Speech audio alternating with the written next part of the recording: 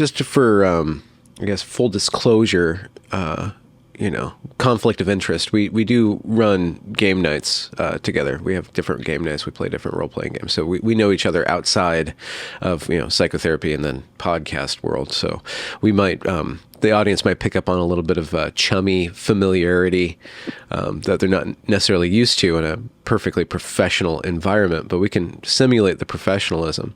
But what you two guys were talking about was that you want to talk about or kind of develop some sort of, like, not continuing education, but some sort of paraphernalia that would be useful in a classroom to speak to, I guess, university or college students about how to interface with diversity, equity, and inclusion, or DEI, and their worries about how that might impact their grades or their class standing, and above and beyond their social status. Because we know, for one reason or another, maybe we can both talk about this, or all three of us talk about the psychodynamics of this training and how that affects one's status, or how it's bound up in how one is perceived, and why that is, and what that is about, and then how to navigate that psychologically and socially, and then also professionally, in order to get ahead, stay ahead, and not get so-called canceled. All right. Works for me. Not sure about the professionality of it all, given that last time you said that you end up marrying the interviewee, but I'm just kidding. But he is cute, David. I totally, I support his message. Yeah. That's great. I honestly doing this because I didn't know what else to do, because the students said, what can you do? Can you write me a letter, to fight these professors? Can you try to demolish their argument? They say, oh, hold on a second, let me just see what you have to say.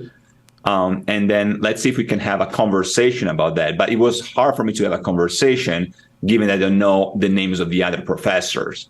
And so I think this would be a good way for us to share thoughts about the fact that at this point, even students are negatively affected by the way DEI is being taught at university or college level. And how are they being affected? Just for like an alien that beams in, like, what's going on over here?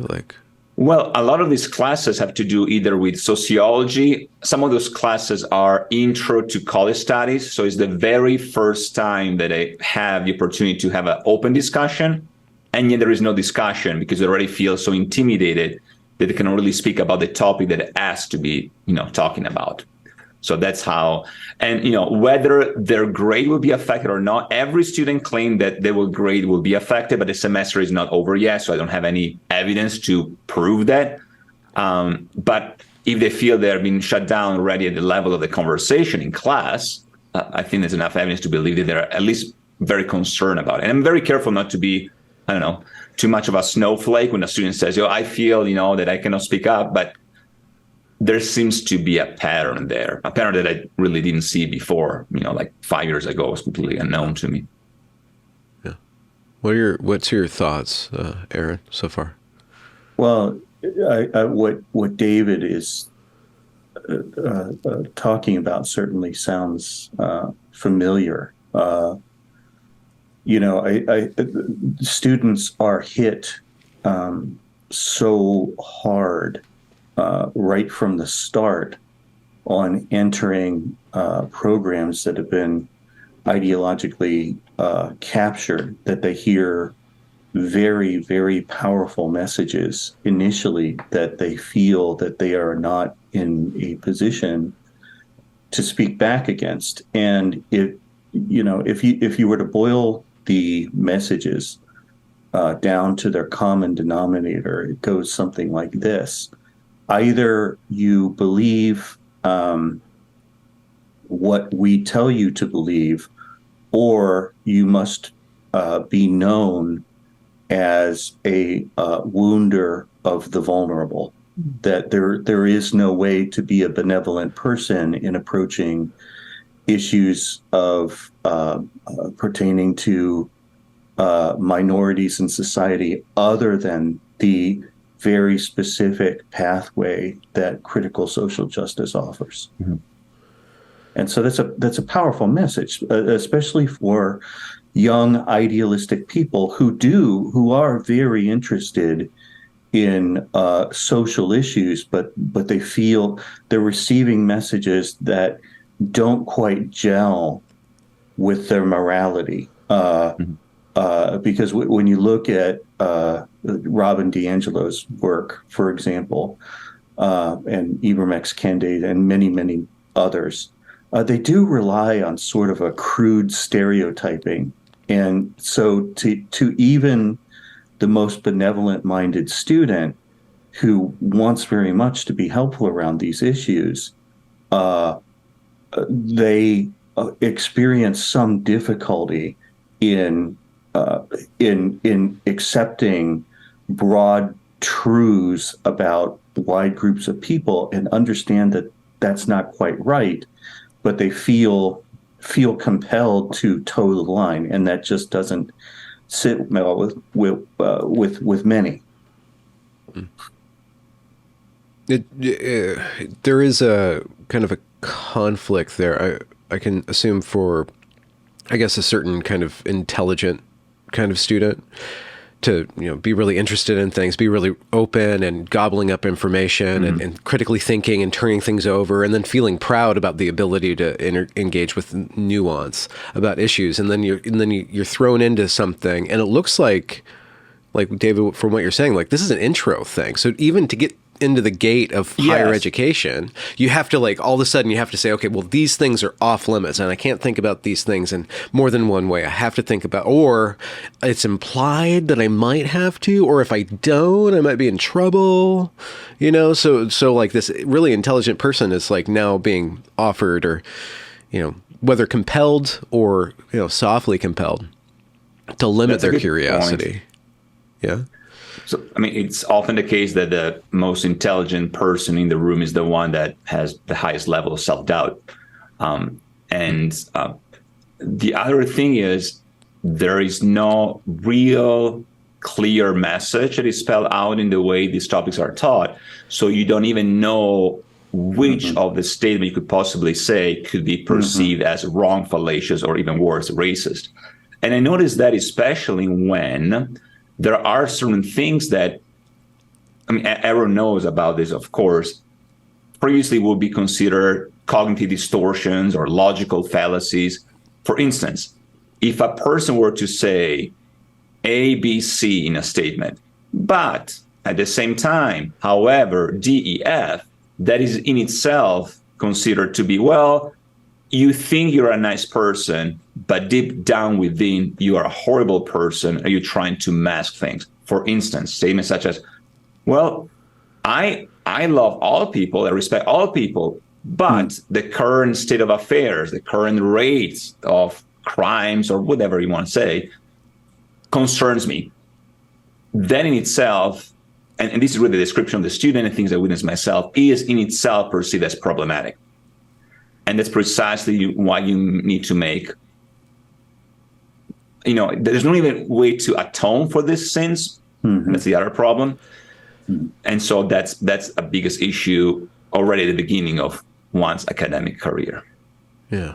Well, and I think, and I may be putting the cart in front of the horse in our discussion there, but something that's really Dr. Tomasi there is talking about that really stands out to me is one of the rhetorical strategies that critical social justice types use is vagueness. And what vagueness allows someone who's invested in indoctrinating to do is to make differing interpretations as it grants them power and influence to do so. So they're always able to maintain the upper hand in interactions because they can rely on not being specific in order to constantly put those who disagree with them in a one-down position, often with very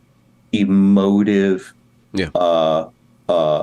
terms like transphobic and racist, very powerful terms. So that the vagueness that David is talking about, I think, is a very intentional part of this phenomenon. Yeah. I'm just thinking, in the everyday, and I guess we're talking to a generation that grew up online more or less, and so is very aware of the vicissitudes of social media. But you get into places in your social media life where you're arguing with somebody that's kind of doing these tricks on you, doing vagueness, making moral commandments of you, demanding certain things or demanding that you see things their way. And you're like, well, there's more than one way to see it. And that in and of itself is taken as an act of betrayal or a slight in some way. Or something like that. So we can see these discussions spiraling out of control on social media, and we can remove ourselves from them or find people that can, help us digest them by ridiculing them or having actual conversations about these topics. But so one way of dealing with being in that situation is to remove yourself from the situation. One way of dealing with the person who's manipulating that way is to gain distance either through ridicule or just physical space or just, just like mind space. But in the context of a classroom, in the context of an institution that you are engaged in, like this kind of like you're paying a lot of money and you're hoping to get ahead of your career, like you can't necessarily separate yourself from that. So that option isn't necessarily available to you. So what are the other strategies of either weathering this or dealing with this in that kind of power dynamic? One thing that I always advise students to do, and people in general, myself included, is to target the argument, the topic, the statement, rather than utilizing group ideology, really. Even if it's not easy to do, because, for instance, it will be easy to dismiss all this claim as, postmodernist nonsense or woke nonsense. But then you might make the same mistake. You put this big label, and if someone comes from the opposite end, and it really does not matter whether it's on the right wing or left wing, this type of logical fallacies found throughout human experience, then you fail in two different ways. One, that you will not be able to make a dent in the way the other person believes, because they will just, be insensitive to what you have to say because you already identify yourself as the opponent. And two, you're not really solving the problem because you're actually as vague as the thing you want to analyze. So if someone were to say, for instance, what would be a broad statement? All men, all human beings are bad. Okay? You need to target that statement and not whatever school of thought led to this statement. Although this might not be necessarily wrong, you could trace back the philosophy, the mentality, the attitude, and even the authors that led to the current state of affairs. But this is very similar to targeting, political or religious thing. A person might do the wrong thing because they misinterpret the textbook from which they get their knowledge, or the textbook itself, it's fallacious, and the person is applying that to a very high degree of precision. And so you should blame the textbook. So you find a variety of situations. Okay. So to try to summarize, and please refine this summary,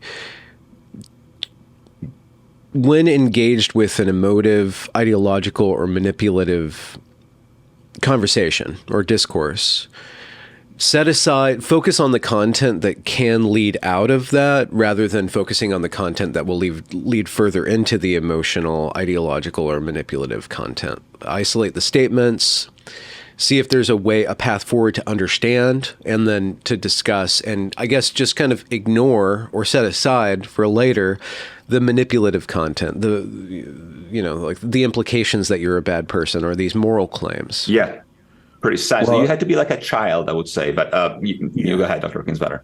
I was just going to say, I think also, though, the first thing that people might have to do is to recognize that they are, in fact, in a situation with a person who is attempting to indoctrinate or manipulate. Mm-hmm. And I think that's really important because I think that people, as a rule, give undue credit to ideological manipulators where credit is in fact not due, even though that person might have a lot of status. So you might be a student in a class with someone who has a PhD and who's very charismatic, and your first instinct might be to say, well, this person understands something that I don't, and so I need to it sends you into this sort of spiral of questioning yourself. And that's having intellectual humility is not a bad thing, but becoming convinced that this person understands something that you don't, if you don't have some mechanism to evaluate that assumption, then you might find yourself in trouble. So I think two things. One, you have to take seriously the possibility and ask yourself the question, am I in a situation where I'm dealing with someone who is an ideological predator or an ideological manipulator? And if so, then I think you can begin to evaluate the material. And there are a few things that I really like when I'm thinking through this. One, in reading Thomas Sowell, he makes some excellent arguments about political decisions and policy initiatives and so forth, which is to say that he has identified that any course of action that one might take to address a particular problem is a trade-off, that in making that particular decision, you might gain something that you want, but you probably also have to give up something that you may also want. So when someone is at the front of a classroom and they're, I don't know, maybe they're saying, maybe this person is teaching Robin DiAngelo, and they say, and the professor is saying, if you notice yourself reacting to Robin DiAngelo, that's just a sign of either your white fragility, or if it's a person of color who's reacting, maybe their internalized whiteness or whatever. If a person is being asked to swallow that, then they might say, well, let's take seriously for a moment the possibility that the professor is right in initiating this. Let's think for a moment about what would be the good thing if I were to accept this premise as true. And you might say, well, I would be more aware perhaps of that I'm being defensive rather than having intellectual humility, and that might interfere with my ability to be a better citizen of my community. The other side of that trade-off is maybe that exact same argument is so flawed that it could be used, if we accept it in this particular scenario. Maybe that same circular argument could be used in a different scenario to actually work against someone who doesn't have political power. And maybe now that we have said that social ills are associated with people of a particular race, maybe now that conversation would be used in a way that we never intended. So what it's coming down to for me is the person in the front of the classroom exploring thoroughly and in good faith that kind of nuance and complexity, or are they gratifying their own needs to push an ideology? Yeah, I have to agree. Another interesting thing that I noticed, which speaks to what Dr. Kindsvatter just explained, is that overall, I noticed that many of my colleagues are very eager to have open conversations, to the point that they don't hesitate too much if they don't know an answer to a specific question. And they might say, that's a good question, let's talk about it. Except when the topic is DEI, in which case they already have all the answers, and any type of attempt to not necessarily go against their statement, but just question it is in itself, as you just pointed out, indicative of the fact there's something wrong about the person asking that question, which is quite interesting. Yeah. In a free society, you should not have any specific limits to the topic. And I would say beyond decency, which is also interesting because what do we mean by beyond decency? Well, being a nice person in a classroom, and I can tell that none of my students that experienced this were in any way, shape, or form, misbehaving in class or lacking respect. They generally had an interest in understanding why their instructor was presenting the situation in such a way that they could not even ask a question because the way they framed the question was considered to be in itself bad. Yeah. But there is something I would like to say about that specifically, Dr. Tomasi, and that is, I have been thinking lately, and to your point about the people that you find yourself around, the academics, are very open-minded, except around anything having to do with DEI. And I've been thinking about this for a little while, and I've been thinking about the difference between critical thinking and critical believing.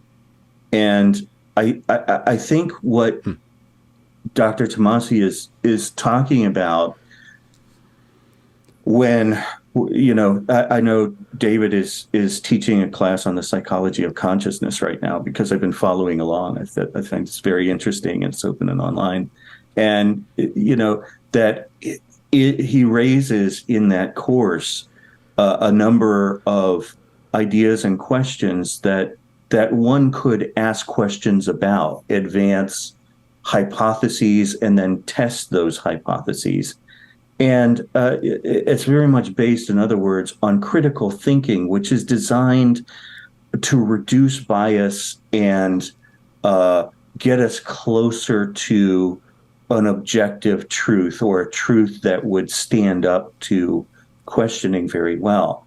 I think around the DEI, and I think this is ubiquitous around DEI, the goal is not to advance hypotheses or to subject premises to interrogation. It is to accept the premises uncritically, and which makes it a process not of critical thinking, but of critical believing. And the difference is that critical thinking,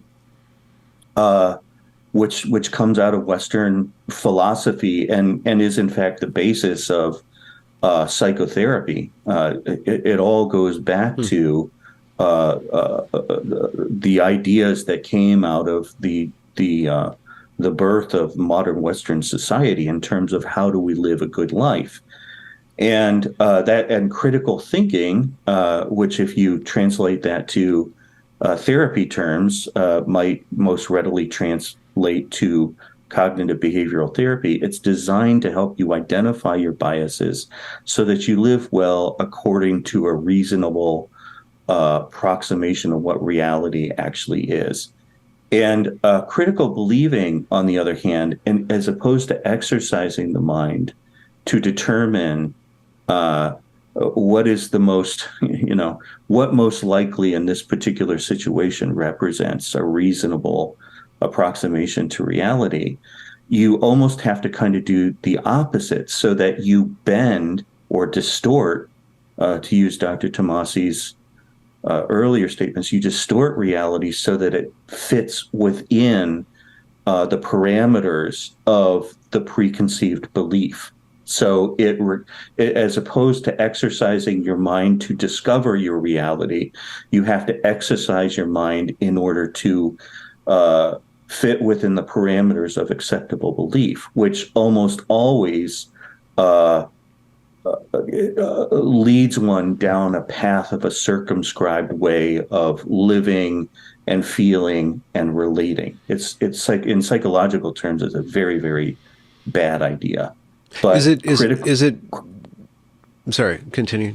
I was just going to say, when it comes to DEI, we should never mistake that for critical thinking, because various curriculum are beginning to co-opt the word critical thinking. Mm-hmm. But what they mean when they say critical thinking is, they mean critical consciousness, which is actually in reality critical believing. It's accepting a set of a set of suppositions, and then requiring that any beliefs around these issues conform to the beliefs that make up critical consciousness. So, yeah. I was just going to ask because what you can do is to go back to one founder of the Western tradition, Jesus, who said, "Judge the tree by its fruits," and study how these suppositions, this core of suppositions, leads people to think, behave, and feel in the world, and then analyze that. And you can come up and say, well, okay, so once upon a time, there's this place called Evergreen State College. They completely, wholeheartedly put all their eggs in the critical social justice basket, and then here's the outcome of that. And then you can go through and you can interview people who go through, like, they become very social justice-y, and then something leads them out of it, and then you can see, okay, well, this is how I felt, and now I feel differently. And so, but I just want to bring out one thing. Maybe it's not so much the ideas themselves, or maybe the ideas themselves, those suppositions themselves, lead people to behave in ways that I've found in my research dehumanizing, demoralizing, and ultimately nihilistic. Ultimately just seeing only the dark side of the world and being very kind of narrow in that. But maybe it's also something to do with the fact that these ideas, it's not just these ideas, but it's also what is demanded of you once you engage with these ideas, that it's just the process of narrowing yourself in and of itself that starts to cause more and more agitation as you go along life with any given set of propositions that you can't question, or that aren't leading to or that are constantly shutting you down or constantly making you spiral back on themselves. Any set of suppositions will have that outcome of some sort of weight or just a feeling of nastiness. Maybe people use the word toxicity, and so that's got a political tone to it. But, just like I see people who accept ideas and get really fundamentalist. Yeah. And they tend to, within their bubble, I think that there's a range of like behavior and good and bad things, but like when they butt up against reality, like there's always this kind of reaction, or that they're very tied to their group because those ideas don't exist outside of that social reinforcement of the ideas. Well, I have some ideas about that, Benjamin. I'd be really interested in David's take on this, because I think David and I share an interest in psychoanalytic and Freudian thinking, but it goes something like this. The process of having, the behaviors become narrower and narrower, and they have this element of toxicity to them.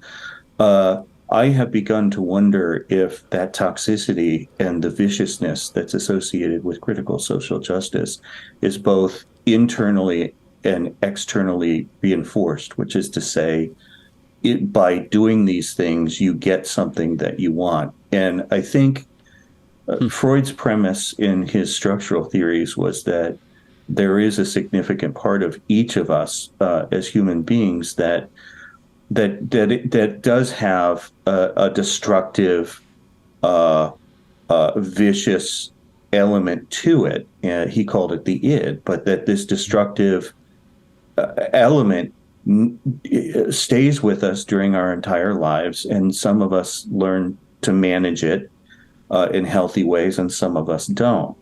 But there's always this need to express or discharge this negative or aggressive energy is something that we all learn to cope with in day-to-day practice. And one of the things that tends to keep us in check with this negative energy is that our societal norms,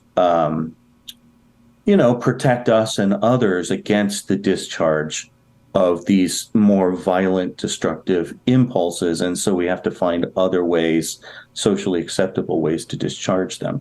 I think what critical social justice has done is the underlying message has been to say, it's okay to treat other people in dehumanizing ways. It's okay to take people's jobs away from them. It's okay, in other words, to hurt other people if the people that you are hurting are oppressive. And not only does that provide a vehicle for the discharge of this sort of libidinal energy that has that is partly destructive, but also you get social status by doing that. So hence you are internally reinforced because it feels good to discharge that energy, to use your power to put someone else down or to take something away from them, to have that kind of vicious control over them. And so it's internally reinforcing, but it's externally reinforcing because by society will reward you for standing up for victims or because you've claimed status as a victim, and that you're so brave by hurting this other person because a racist or an unfair society demands that they be hurt as kind of a corrective action. So I wonder if like the viciousness and the awfulness that you're alluding to, Benjamin, in some ways is explained by the fact that critical social justice is the perfect ideology to allow people to act in a socially acceptable ways on their very basest impulses. So much to unpack, and yeah, I fully agree. I think we have plenty of evidence for at least three main areas: psychology, absolutely; neurology, I would say, and probably even philosophy. So let me start with the neurology part, neurology or psychology. So whenever we talked about emotion, thoughts, and actions, so the cognitive, the emotional, and the behavioral aspects, we tend to think of certain neural underpinnings. Not to say that those neural underpinnings cause any of that, but there is there's a parallel between what the brain processes and the way we experience life. And it's not surprising that what Dr. Kindsvatter just said about the prevalence of the id, this, for lack of a better term, this evil element within us, is projecting itself outside and inside, sometimes unbeknownst to the person proclaiming DEI, sometimes more according to a willful, deceitful element. And that's why we should probably talk about the dark triad. How we can do this later. But I want to give an example. For individuals that suffer a variety of emotional and cognitive problems, maybe cluster B personality traits, borderline, people that unfortunately start to cut and physically harm themselves, it would be a misnomer to say that they do that because they're irrational about what they're doing. Of course, they know that cutting themselves is harmful. So it's not a question of being irrational, it's pre-rational. It's before any type of rationality kicks in. And neurologically speaking, the act of cutting oneself overrides the efferent neurons, the nociceptive factors, the pain perception in the brain, so that the physical pain covers up the emotional pain. So it still hurts, but it's a substitute, a cognitive substitution of pain. So I'd much rather feel physical pain rather than an emotional one, because it takes so much more effort and balance to deal with it. So let's talk about balance. A lot of this originates from you could say from critical theory, from the Frankfurt School, for folks like the postmodernists, Derrida, and all of those, in an attempt to demolish the status quo. And this in itself quite problematic, because it's easier to destroy something that someone else built. It's not rebuilding, it's just destroying. And this is not just me reinterpreting things. It's called deconstruction or deconstructivism. It's in the real word of the philosophers that D'Angelo's other quote. And that's why I say we should be like children. Children take apart things that they play with Legos, they take apart to reassemble them and create something beautiful. The purpose of critical believing is really just to destroy things. but not really replace them with anything that's nurturing. And how else can we define that but evil? Now, I always like to talk about words, and I conclude. Evil comes from the German übel, which really means nauseated, physically painful, ready to vomit. And so it's not surprising, to me at least, that whether you take on a psychoanalytic perspective or a neuroscientific one, this sense of impending doom, this nausea, this feeling that you're rotting inside, you project outside to the society that is rotting, but you fail to understand that you are just one of the elements. And this is how I conclude. It will be not a problem if we were acknowledging the fact that we're all rotten beings to some extent. We're all fallible as human beings, so that we can improve. It's the same thing as we're all sinners to some extent. Well, we can all make mistakes, let's improve. The issue is that certain class of people are the evil ones. And if this is not racism, you tell me what that is. Yeah. God. And this just is this set of behaviors is not just within what we call critical social justice ideology. It's within a lot of different kinds of activisms. In my research, my firsthand lived experience of it, a lot of group dynamics can get infected by this way of thinking. Scapegoating, saying, okay, recognize, okay, we finally found the evil in our midst, and we're going to give ourselves over to the democratic impulse of disgust. And we're going to draw our boundaries, and then we're going to cast that individual out.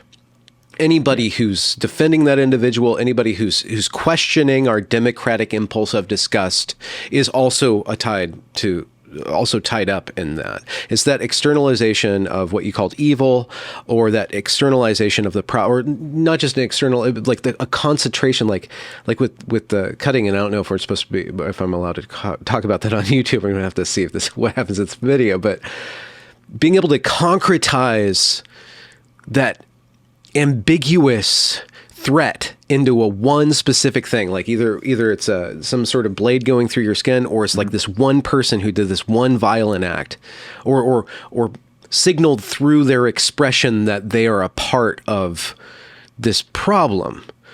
Then we can put it all on them, and there's this huge blind spot. There's this feeling of relief, like the whole scapegoat thing. It's an ancient process, but there's problems with that because there's this huge blind spot. There's this orgiastic climax of disgust.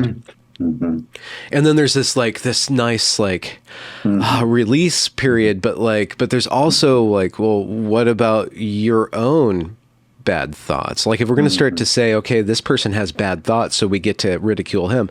What about your own bad thoughts? Well, I don't have any bad thoughts. That's not true. And then you start to, there's cracks. I think the more you do that, more you don't analyze your own behavior, or you don't identify with the scapegoat, or saying, there's part of me that does have bad thoughts. There's part of me that does have impulses that I do control because I see the wages of those impulses, or the outcomes of giving over myself to those impulses. It's not good for me. It's not good for anybody. So I'm going to keep them to myself, or I'm going to work on them, but I still have them, so I can still have sympathy with that person who's somehow become like the embodiment of all those things. And when people allow themselves to embody evil in another human being, like they completely destroy that human being, in the sense that they don't see that human being's good side. They don't see that human being's aspirations. Maybe their faults are tied to evil rather than some sort of process of stuck development. Like there's this lack of sympathy. There's this lack of being able to actually help that person and to bring them back into the fold, because you've cut off that whole redemption arc. Right. Yes. And in the critical social justice ideology, we have that in a very refined superstructure that possesses institutions. But this is based on ancient tribal dynamics. This is based on ancient I'm sure, like ancient areas in the brain. I would love to hear you guys' thoughts on this, and ancient ways that we've tied together and figured out how to be a social creature. Like these are aspects of these are the dark aspects of being social creatures, perhaps. That's such an elegant description of my understanding of authors like Jonathan Haidt in his book The Righteous Mind, describe some of what you're discussing there, Benjamin, and there is this there are needs for both to belong to a group and to for purity within the group that underlie some of the processes that you're so eloquently describing there. Purity. Yeah, purity. Yeah. Yeah, I've been thinking that's another thing. I haven't done anything with that yet, but what? Purity. Wash your clothes. You have somebody else do that too. Yeah. What's that? How do you get pure? Through fire, right? Oh, okay. Yeah, right. But yeah, no, that's it. Like I think purity is. I hope Jonathan will write more about that at some point, or be interested in other authors' ideas about what they feel that the moral intuition towards a need for purity, how that might play into what we're seeing in the critical social justice element.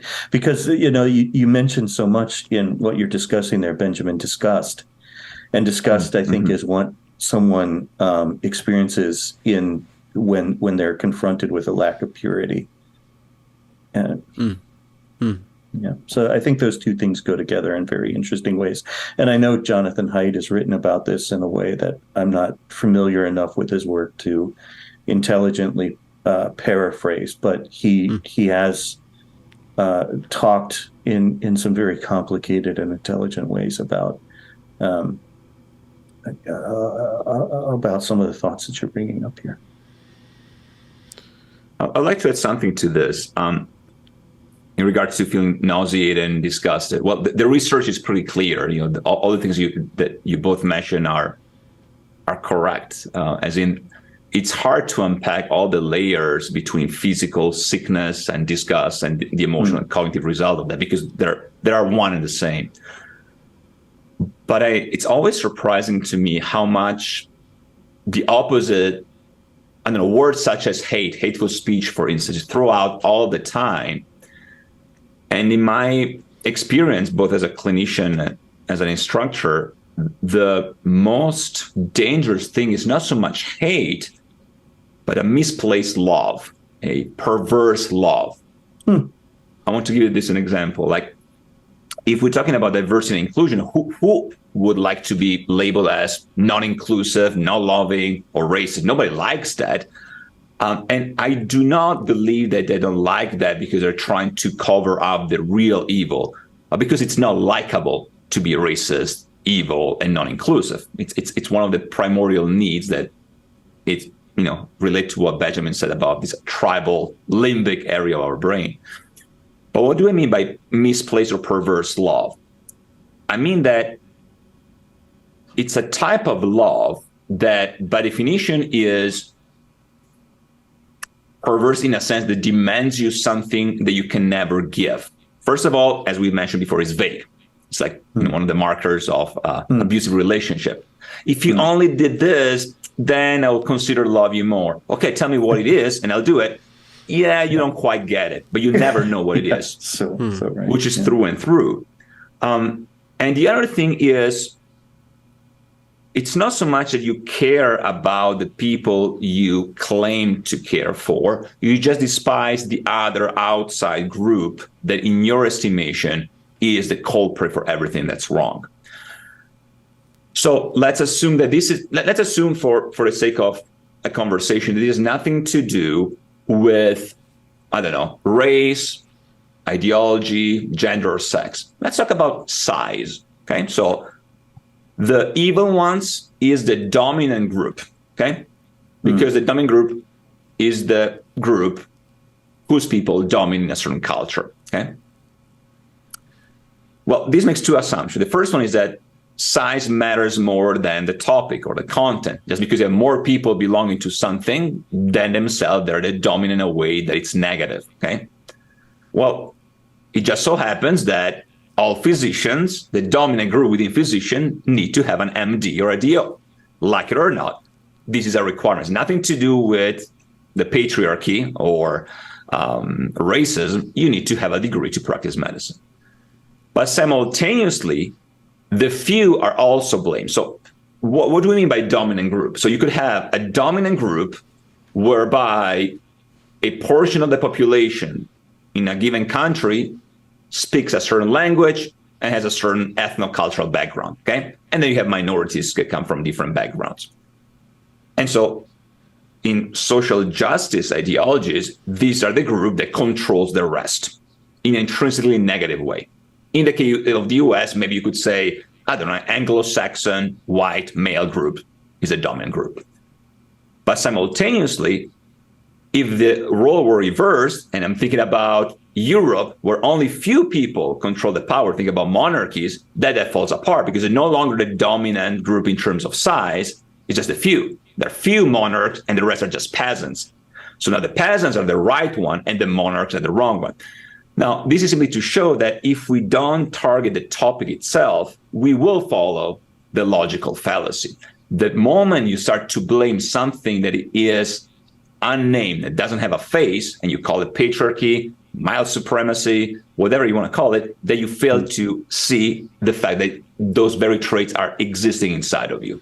Yeah. But just to kind of put nuance on that, when we're talking about psychological terms, like with emotional distress, dealing with something like diffuse as depression or just problems with, not even just positive self-regard, but like in the case of, I don't know if this is the right term, borderline personality, where you don't even know who you are, like a lack of self. Like, it seems like in the case of psychotherapy or that broad work of counseling, that there is the need to sit with that vagueness. And there is a need to like actually kind of enter into don't you want to enter into the vagueness? Like when you're not trying to control people or kind of like use it to manipulate people, vagueness or being comfortable with vagueness can be beneficial, where you explore. I know I'm kind of using that term, but I was just thinking, since I'm in on the couch with you two, like, like vagueness isn't something that you necessarily try to avoid in counseling and psychotherapy, right?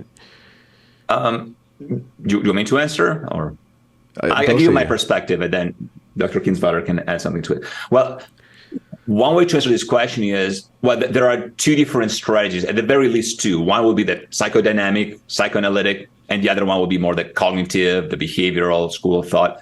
In the first case, you should let the person talk and just see, by virtue of, for instance, word association, what comes to be. And the same is true for, art therapy, for instance, where you just sit and see what unfolds in front of you.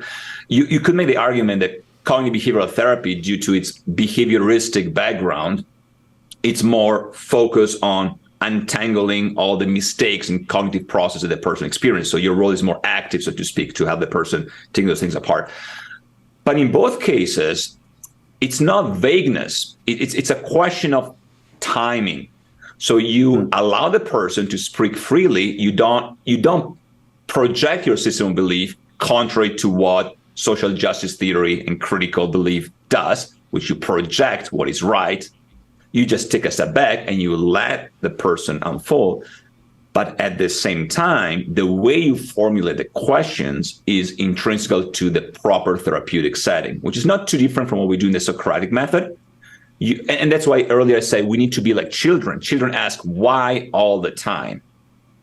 So by virtue of asking why, the child wants to unpack the world. Yes, it is a deconstruction. It is a criticism. It is critical theory in a sense, because it takes things apart, but to see what happens afterwards. So for instance, a person comes to me with a statement very vague and yet negative. Everybody hates me, okay? And now I'm going to say, no, this is wrong. Okay. I say, okay, tell me more about it. What is your evidence for this statement, which will be the cognitive behavioral therapy take on it, or give me some examples and we can work on, again, either art therapy or some, word juxtaposition, and see what patterns we notice there. All right. So it's not an either or. Now, if your question is not so much about borderline or cluster B traits, but we more like, what about psychosis or schizophrenia? How long do I have to wait before telling the person that what they're expressing, it's not rational. Well, that's an entirely different set of intervention. However, even in that case, we often confuse the fact that saying the truth is in itself negative, which I think is the byproduct of all these theories, whereby anything that's remotely universal and absolute is considered to be repressive, oppressive, and controlling. Truth is truth. Truth should liberate you. However, the person might not be ready to hear it right away. And you don't even need to be a psychotherapist. Think about if you ever had a friend that is in the process of recovering from a breakup. The truth might be, well, the two of you are not good together. She's not good for you. You're not good for her. But the person might not be ready, emotionally, cognitive, to understand that. So you're there to, in this sense, really maintain a safe space. This is the proper usage of the term safe space, not what critical belief wants us to. Does that make sense? Yeah. It's an interim, like just specifically with that safe space. It's an interim place where somebody can relax and go through that process through time of dealing with pain or healing or whatever. It's not just like we're going to lock you into a padded cell so you never have to experience discomfort. It's purgatory, my man. Yeah. Well, yeah, and I think that I agree with everything that David said, and I think vagueness when someone is being vague, and it's not because they've been deprived of the developmental process of developing a sense of self because of early life trauma. That oftentimes the behaviors that you see in the person in front of you serve a purpose. And so to be vague, a person is often either they're experiencing the world as vague or having trouble getting in touch with the truth, because that either gets them something that they want or helps them to avoid something that they dread. And I see the adoption of vagueness. I've seen both of those happen a lot, and I think that idea essentially it either is the same idea that you're talking about there, Benjamin and David, with a safe space, or it closely parallels it. That being vague helps somebody feel better, even though it's not really a way of life. It's a way of finding comfort and safety. So this might be a good way to kind of like start to wrap things up, because we're supposed to be talking to college students, or in the context of some sort of like somebody like dealing with institutional DEI. Yeah. Maybe they don't feel like they're in a safe space. Maybe they're overwhelmed by this. I think it's really interesting, just like kind of getting meta about our conversation. Like we started there, but like the way that our minds like work, like by associating and exploring, it's kind of, we're practicing. I feel like we're practicing what we're preaching. Like we're going to go over here, we're going to look at things, we're going to test things, we're going to, challenge each other in different ways. We're going to move through the conversation. It's not going to be about DEI or, like not going to solve racism today. Like we don't have really big grand plans, but, and we're not even going to give like the definitive tool set to defeat this or to survive this. But like we're going to open it up and we're going to engage with these in a way that is exhibiting the characteristics that are probably either like adaptive and positively adaptive in life and or positively adaptive in the situation that we started as our premise, which is a student or an employee being confronted with this way of thinking that has a rigidity to it, that has a moralistic aspect to it, and that does seem to end up in the hands or being wielded by people who could be considered manipulative, ideological. Maybe you can use bigger words like narcissist or something like that, but those are kind of technical terms. So I think predator is an appropriate term. Predatory. I definitely think that like people, energy vampire. Is that what you're talking about? Oh, I think that many of the people who push this are gratifying themselves by doing that. What possible motive could you have for not trying to describe these things as a trade-off, unless you were deeply personally invested in people believing exactly as you do? And that strikes me primarily as a process of gratification.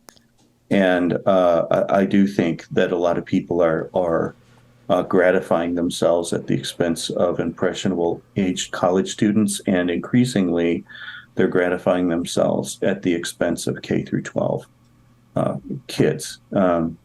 That's the only explanation I can think of why someone wouldn't have a broader and nuanced conversation about this. But if I were to, for any of David's students or other college students who are listening who would like to just have something very concrete to tie on to, I would say this: that your most important job, if you find yourselves in these situations, is maybe just realize that because these people are gratifying themselves at your expense and the expense of people around you, you're highly unlikely to change what they are doing.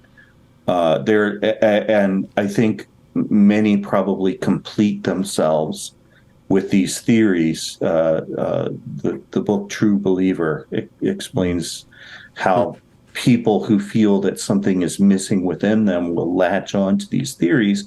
And so when you begin to question it, they'll come out and say, to question my theory is to question me as a person. And I think that's, in some ways, I think that's been a very deliberate strategy on the part of the critical social justice advocates to make it not okay to question. But I also think for a lot of critical social advocates, that's true. But I think the other thing you can do, other than realizing that there's just a lot of people that you're not going to be able to change, is to reduce your sense of confusion and unbalance, because everything that the critical social justice types do is designed to put you in a state of psychological vulnerability so as to make you more vulnerable to engaging in ideological compliance. And so the way that you can make yourself less confused and less unbalanced is to recognize what some of the tactics that they use are, because you can never quite nail them down in conversation. And one of the tactics that I have seen is advancing and retreating definitions of important terms. And this is sort of like, this is essentially the Mott and Bailey, but I think of it as advancing and retreating because it's clearer for me. But for a critical social justice type, when they are in a situation where they have the upper hand, they will provide definitions and policy suggestions that are highly implausible. So you hear, if they are in circumstances where they are not likely to be challenged on what it is they're saying. So someone with a PhD standing up in front of freshmen might say, or even graduate students, hell, this used to happen all the time. Someone would come in, a very charismatic person with a PhD, and say, all white people are racist, and there's such a thing as multiracial whiteness. And the way that you're not that is you engage in ideological compliance, and then you just accept that you're racist, but you also believe what we want you to believe. That's the advancing definition. The retreating definition is when someone challenges them on this, and then they change the definition to one that cannot be challenged and that's perfectly reasonable. So maybe someone is telling fifth graders or a group of graduate students or whatever, all white people are racist and some people of color should be considered multi-racial whites or something. But then when they're challenged on that, they'll say something like, well, we just really believe that we need to confront racism where it exists because every human being deserves dignity. And so if you are in a situation where you're around these social justice types and you're subjected to different definitions based on the context, it can be very confusing. But if you understand that when you're around ideological predators, that one of the things that they're going to use is advancing and retreating definitions, then it helps just to recognize it when it's happening, and it'll give you a sense of agency and empowerment. And maybe you can think privately, maybe bring up as situations allow, concepts like trade-offs. So that's one really kind of the analogy. I was giving a speech or a talk or whatever about this the other week, and it happened to be a week where I took my cat to the vet. And for anyone who's watching who has cats, I think that they'll know that this is true. As a result of taking my cat to the vet told me that I had to give my cat a pill. And I said, please don't make me do this. My cat still has the claws. He's wily. He's very aggressive, and I'm going to get cut and beat up if I try to give my cat this pill, because I have to hold him down and get him to swallow it, and I can't do it.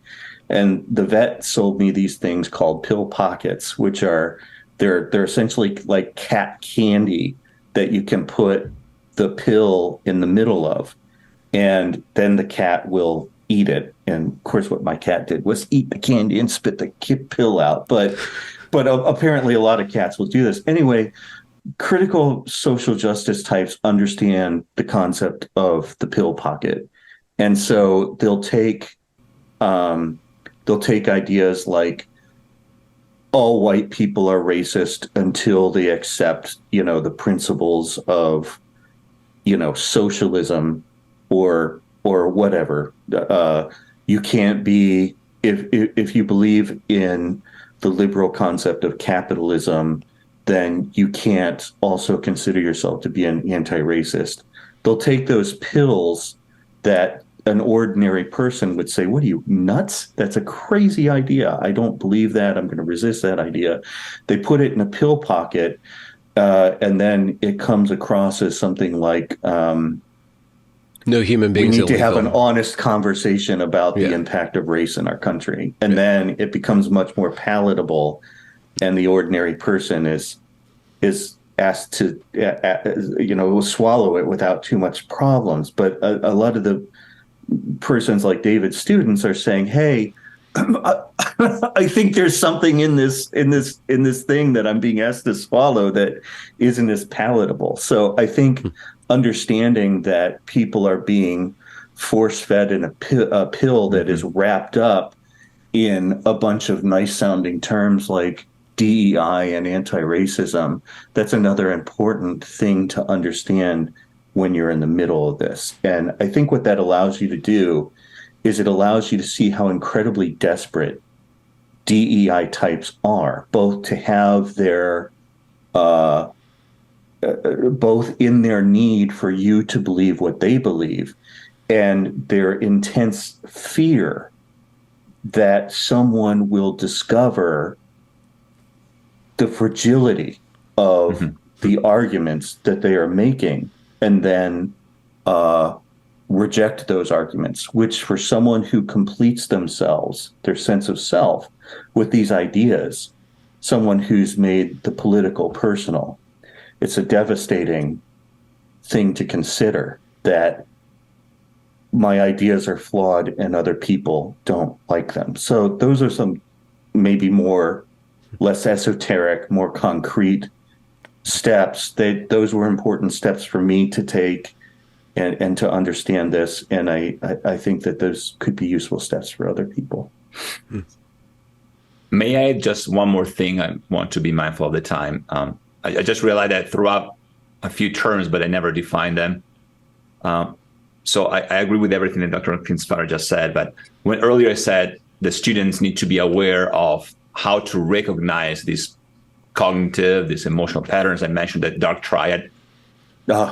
And there's really not much time really to go in depth, but the dark triad is one of the most common psychological framework, Machiavellianism, and especially Machiavellianism, I would say, but also psychopathy, narcissism, that play a role in the way they behave. And I would also like to add sadism Yeah. That's usually called the dark tetrad because there are 4 instead of 3.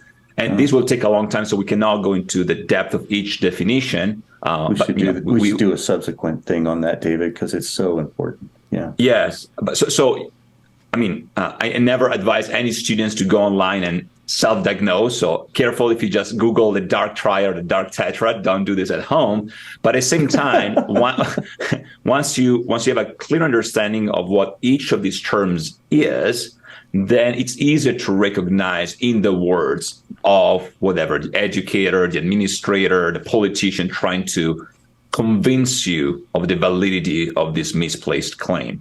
And I want to stress the fact that this is connected to a previous conversation that Benjamin and I had about, I think it was humanism and transhumanism, especially Machiavellianism, comes from the same background. So Machiavellians come from Niccolò Machiavelli and the Italian Renaissance or pre-Renaissance. And the idea is that utilizing the person in front of you to achieve a goal, not necessarily a positive or negative. It's different than narcissism.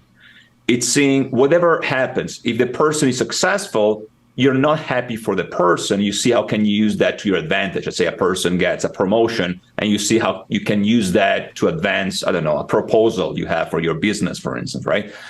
If it's negative, same thing. So that it's almost a removal of a goal. And that's one of the issue with this type of theories, this type of ideology, that they themselves are confused about what the goal is. So they keep switching. And those 4 elements, psychopathy, Machiavellianism, narcissism, and sadism, really play a role. And it's in front of everybody's eyes. You don't need to be a psychologist to notice them. We should do a dark tetrad show. That'd be great. Yeah, that's brilliant. It's always fun to look at the dark side. Yes. Yeah. But I hope that this was useful to your audience, which are students, and my audience, which are, I guess, just laymen. But it's always great to have you guys on. I do need to tell you that me and Jeff did solve that Gloomhaven dungeon. But everybody died except for me. Like all the characters in it have died. Glad I wasn't there. So we finally got it. That's Machiavellianism right there. And that's how we get our dark side out, is we play Gloomhaven and beat up thieves and monsters. Oh, gentlemen, this was great. Thank you. This was great. Much. Thank you very much for doing this. I really appreciate that, and my students will really appreciate that. So it's because it's the end of the semester, and so thank you for doing that. I really appreciate it. Absolutely, my pleasure.